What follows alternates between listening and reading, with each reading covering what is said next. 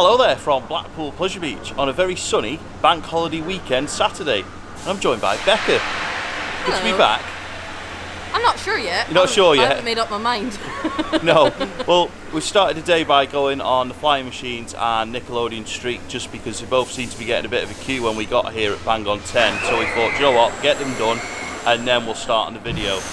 So we're not kind of sure, are we, what vlog this is going to be? No. Is it going to be a traditional go around every ride? It looks like it could be busy. Speedy Pass is sold out. Yeah, the queues for Speedy Pass are already a bit silly, so that could impact the day quite a lot. So I'm thinking we should give Enzo a go at some point if we can. Becca's not convinced yet, so we'll see how that goes. But yeah, we're not exactly sure what this video is going to bring. We will give you a Valhalla update. We will discuss the rumours of the Grand National removal, or SBNO, and all the other rumours flying around about Blackpool Pleasure Beach. There's plenty. There is always plenty at this time of the year, but for now, I'm going to go and do some rides, talk about those, and then we'll get to stuff like Valhalla and the Grand National a little bit later on. Before we do move on from this area of the Pleasure Beach, I just wanted to talk about Blackpool Pleasure Beach's new app, which I have here on my phone. I don't know how well it'll pick it up, but it is worth mentioning that the new app is actually really good because for season pass holders especially, you now don't have to go through the faff of going onto Pleasure Beach's website, then booking an e-ticket, then waiting for an email, then downloading the link. Instead, you can quite simply click on season pass there, which I'm not going to do because it'll give all my season pass info away, so I'll do that off screen. And then going back onto it, you can then scroll through these dates, book a day to come to the Pleasure Beach, and once you've done that, you can then click on what's called e-ticket wallet, which then, I don't mind showing this because it's today's season pass ticket, but then it puts it up in the app like that. So it's a lot easier. You don't have to go through all the faff of having to go through the website, pick a day, do this, do that, and by the time you've done it, you're fed up with it. Whereas it's just made it a lot easier.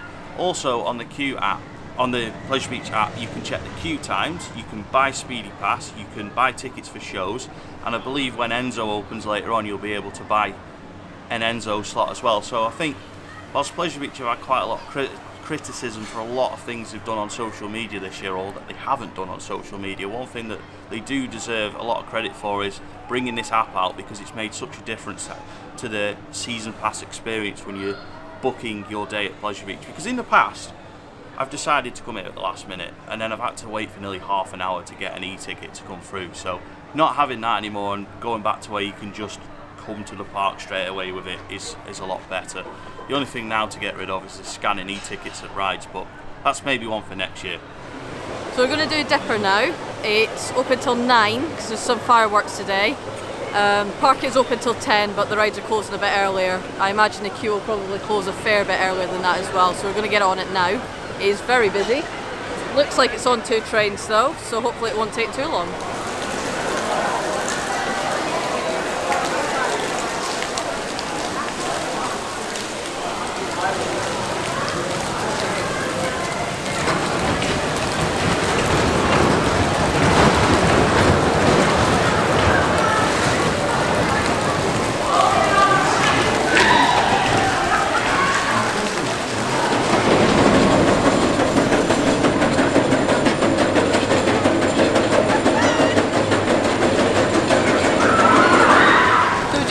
Big Dipper. It's a ride I usually love, and the last couple of years it's been amazing. I know they've done a lot of work on a lot of it, and that's still present, but there are some bits of it that are just screaming out, getting wobbly. I don't know, it's just not pleasant. There's a bit of a jolt at the top of the lift. It feels like square wheels, that's the only way I can describe it. The turnaround, horrific. It's just so much side to side. And it's just bouncing, but not in a nice way. So the first drop's still great, and then after that it's just, there's too much bouncing about that's not in tune with the ride. So I've got to say I'm not looking forward to going on it again, but I think we might try again. Maybe if we're lucky get the other train and see if it's any different. But I'm very disappointed because I usually love the Dipper. Yeah, I don't know if me and Becca are feeling fragile this morning, but Big Dipper is one of my favourite coasters in the UK, and that was, I think, goes beyond being raucous. It was quite rough. I don't like to say it because it is nearly 100 years old, but I think the first drop and the second drop were absolutely fine. It was just the third drop and then the bit by the Big Blue was a lot more brutal in terms of the side-to-side nature of it. It wasn't like out and out rough, but it was just a little bit, well, yeah, rougher than I remember to be. I don't know the best way to describe it. It wasn't what Big Dipper's normally like, and I can't put the finger on why. Like Becca says, it could be because of the terrain, or it might just be due to retrack in that area. I know that Big Dipper is under consideration for a retrack, but I know that all the woodies are under consideration for various bits of work over the winter in terms of retracking and stuff like we've seen with the Big Dipper and the Grand National over the last 2 years. So I think that the Big Dipper by the Big Blue is probably got to be the priority based on the ride so far that we've done today, because that was, well, it went beyond being raucous, that's for sure. Next up then, we're going to have a go on Icon, which is currently on a 2-train service. Enzo's not on at the minute. I believe it's going to be on from around 3 o'clock. There is a couple of tech issues with it, we believe, so it might not get on at all today, but we hope it does, of course, because, well, I hope it does, because I'm hoping that Becca's going to have a go on it later on.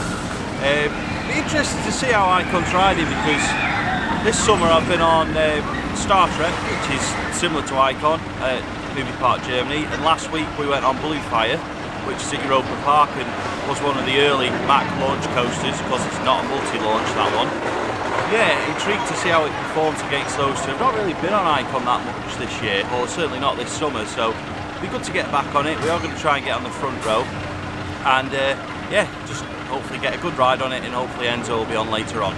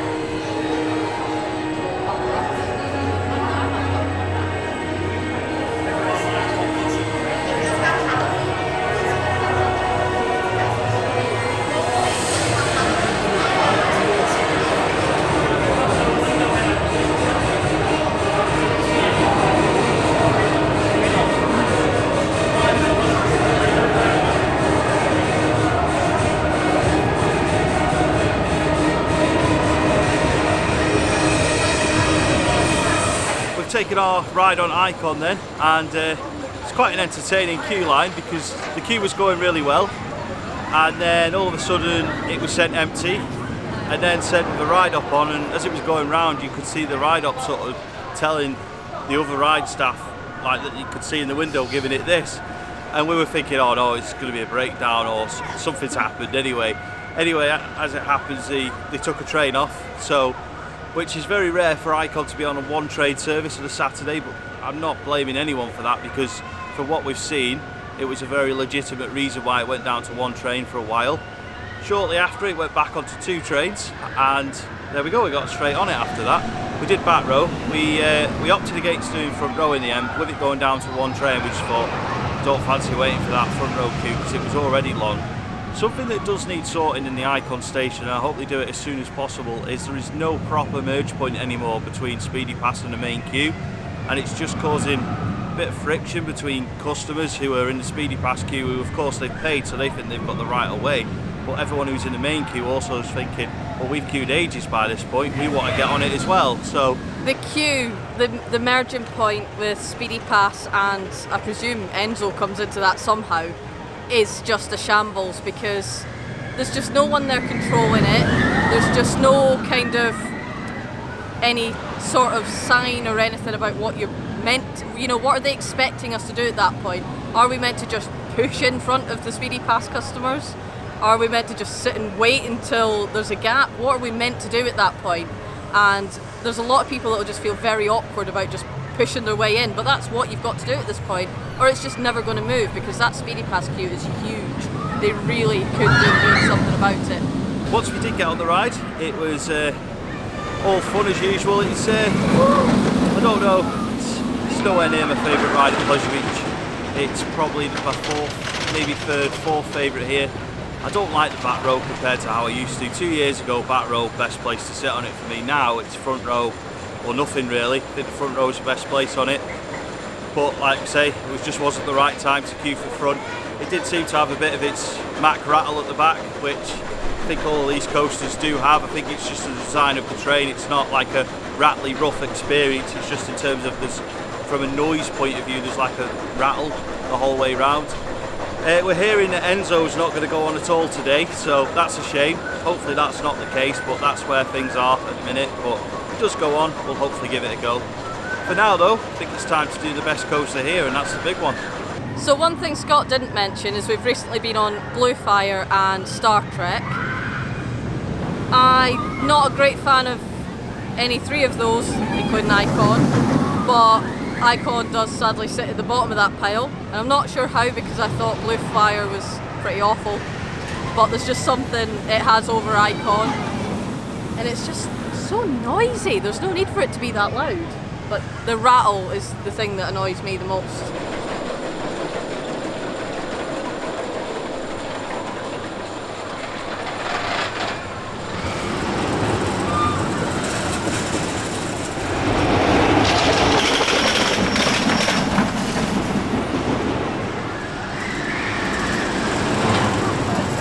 Taking our ride on the big one then, it was on 2 trains and the queue took about 20 minutes. All the extensions were open but they weren't in use. We pretty much queued from the bottom of the ramp, so that was a nice surprise. I thought with how the queues have been on everything else, it'd be a bit of a longer wait than that, so glad that, as per usual in a Pleasure Beach experience vlog here at Blackpool Pleasure Beach, we sit under the loud coasters when doing reviews. Yeah, got it nice and quick, the queue moved nice and quickly. Wasn't too many in the Speedy Pass queue, so that probably helped as well. Running all right. It's a little bit gusty here, so it's not at its best. Also, for me, it's always difficult coming back on the big one after going on Magnum XL200 in the same year. I'm not going to sit here and compare them both because I think I've done that a million times before, but it always takes a little while to get back into the spirit of going on the big one and loving it for what it is after going on the original hypercoaster. But it's still great to get back on it after a few weeks. That first drop is still magnificent, and for me it's still the best ride here, but it's just missing a bit of bite today. It's just not all out raucous. It's struggling a little bit in the wind. So I was a little bit disappointed in the big one today. It wasn't feeling itself, but I'm going to guess that's because it's a northwesterly wind. Although saying that, it was better than the last time I was on it, which was quite a while ago now, back in June, where I had a really unenjoyable ride on it. But it was better, but just not feeling itself. Just lacked a bit of energy, but that could well just be because of the wind, so hopefully might improve later as it's warmed up a bit more. This is only the second time I've been on the big one since the latest retrack. I know a lot of people have said about a bit of a side-to-side, thank you Dipper, said about a bit of side-to-side as you're coming up into the brake run, and I don't think it's that bad. I don't think it's greatly noticeable. Looking for it, I can see what people mean, but I don't think it's quite as bad. That might change if it actually gets a bit of go about it, because at the moment we're not getting launched into the big blue, which I've got to say is a bit of a highlight of the big one when it's running well. but it's just not got that kind of power today.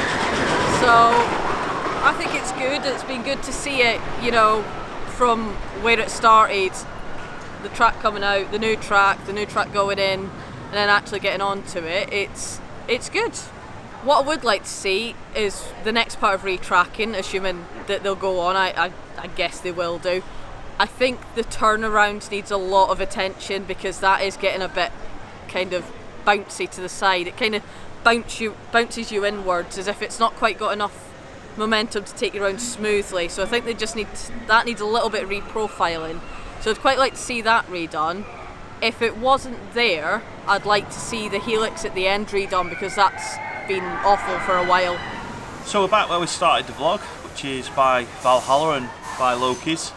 I said at the start of the video that we would talk about Valhalla today. There's not much to talk about in terms of where the last video about it was, which I believe was uploaded about 3 weeks ago.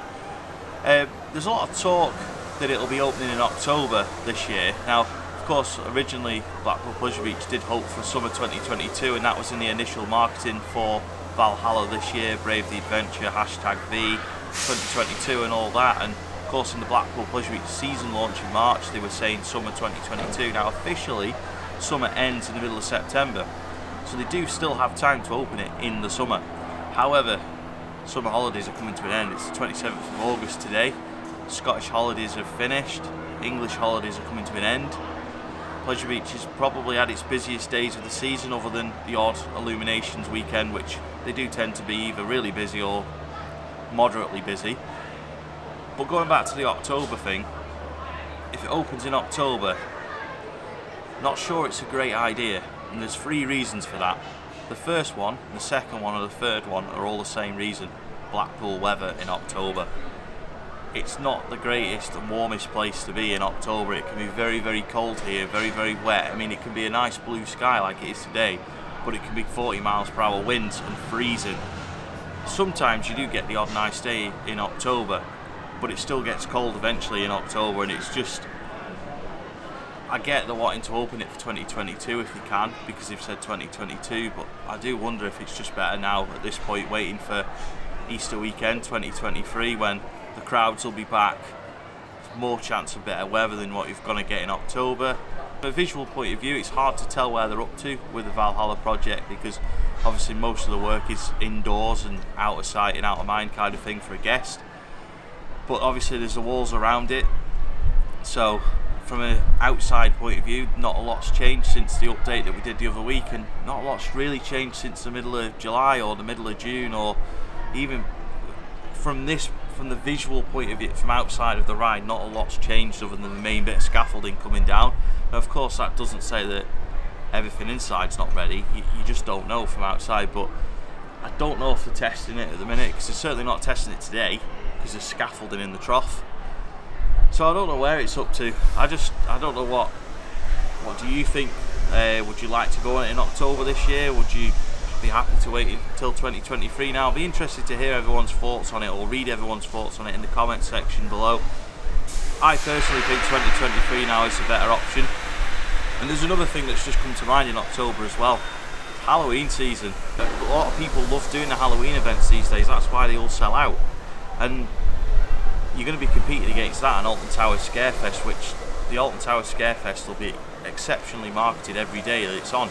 And it's a hard thing to come up against, especially for a ride that isn't really weather appropriate in October. So I don't know, we'll see how it goes. I would do another update video on it, but honestly there's not much else to see compared to the video that we did a couple of weeks ago. So leave it there for now, and I think it's time to go and do the best hoodie in the country.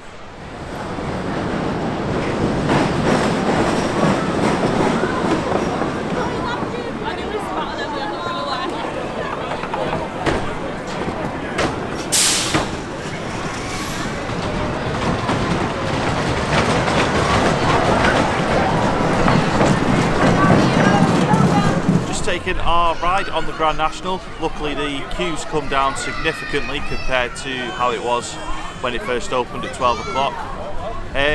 Great to get back on it. We were we were probably going to wait a train longer, and then Becca used her initiative and saw an empty row, so through the air gates we went and straight on it. And for me, after the retrack, it is the best ride, best woody in the country, and to be honest, it's probably pushing big one for best ride here at the minute, in my opinion.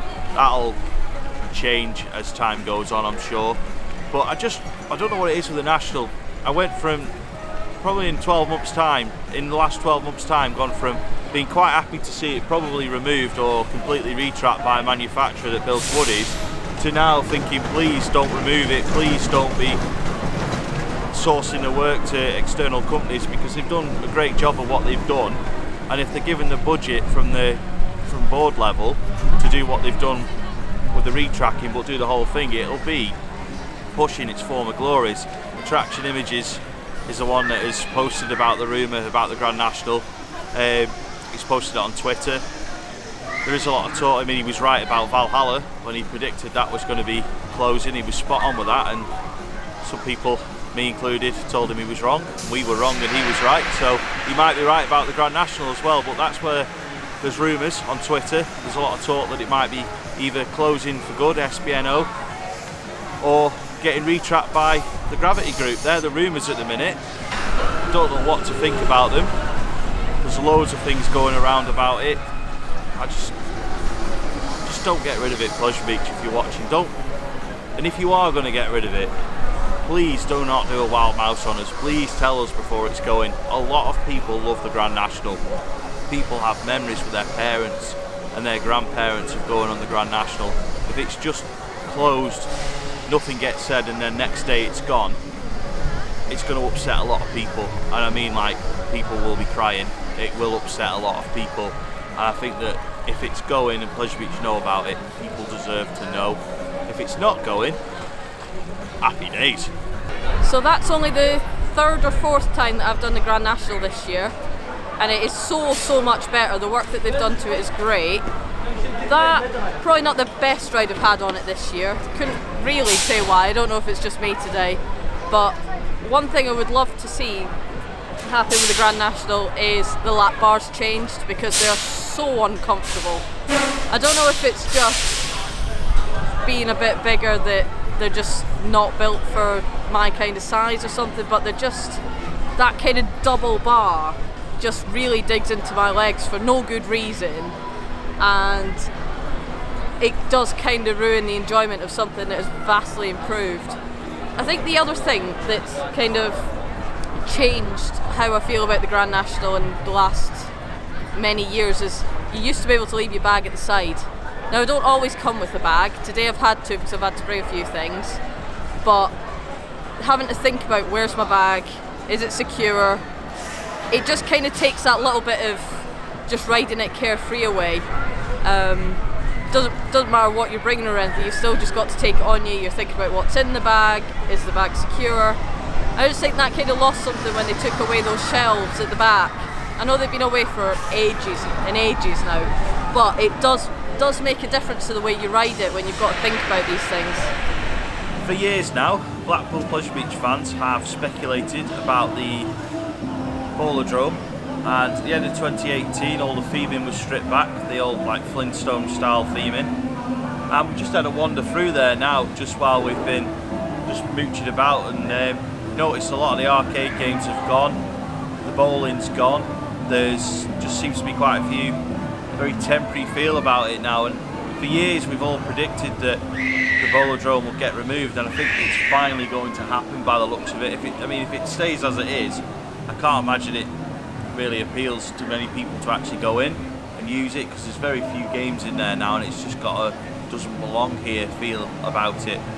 Now, of course, we've predicted that roller coaster might utilise this space of the Pleasure Beach, but it's looking like it might actually be a Ferris wheel, going from what's been circulated online, the head above the clouds thing that Pleasure Beach as a company have registered. So, I mean, I'm sure a big wheel would be good for views of the Pleasure Beach and everything, but in terms of this area, surely it's got to be a roller coaster that utilises this space. It is the perfect area for a roller coaster, but I guess we'll see.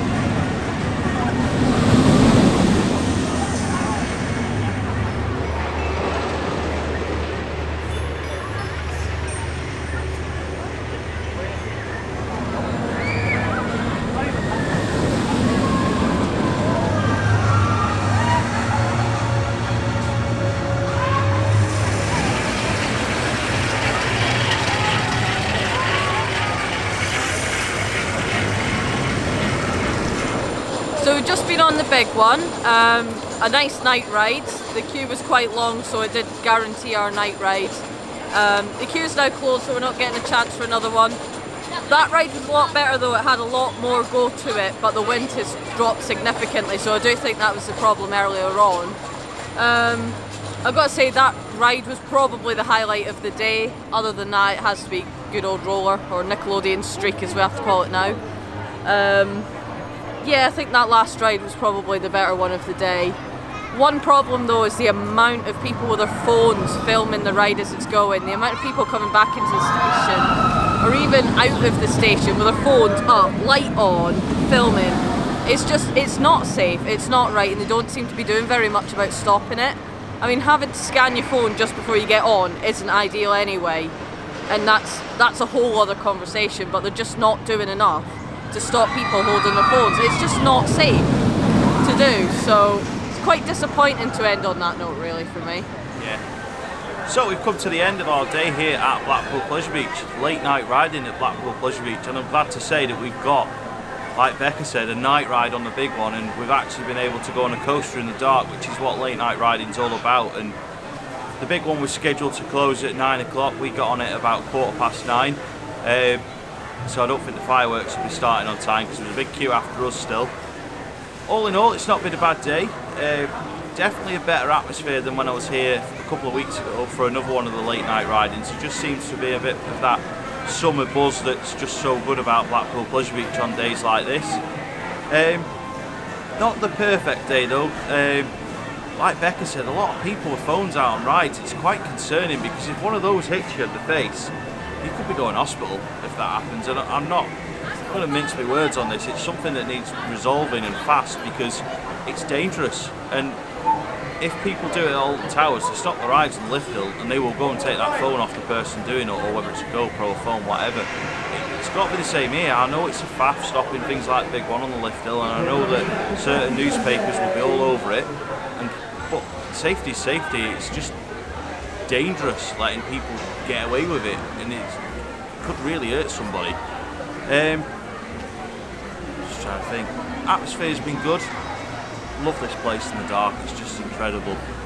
Just wish there was more days like this in the calendar, but as I said in the video the other day, there's less of these days next year.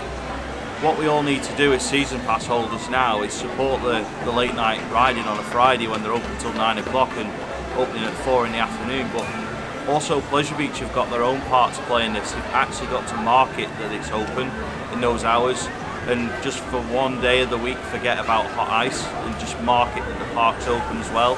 4 PM, 9 PM, not long really, it's only a couple of hours and it is expensive, but it's a great time to come to the parks, get on the rides in the dark, won't be dead busy, just got to be done, because otherwise it's going to go back to being probably 11 o'clock till 4 o'clock and be rubbish again. So we've got to make the most of these late night riding events whilst they're here, because the hours are coming down and down and down, and they're not going to be here forever, so we've got to make the most of them. But also, like I say, it's not all about us as guests who've got to come here. Pleasure Beach, you've got to be shouting from the rooftops.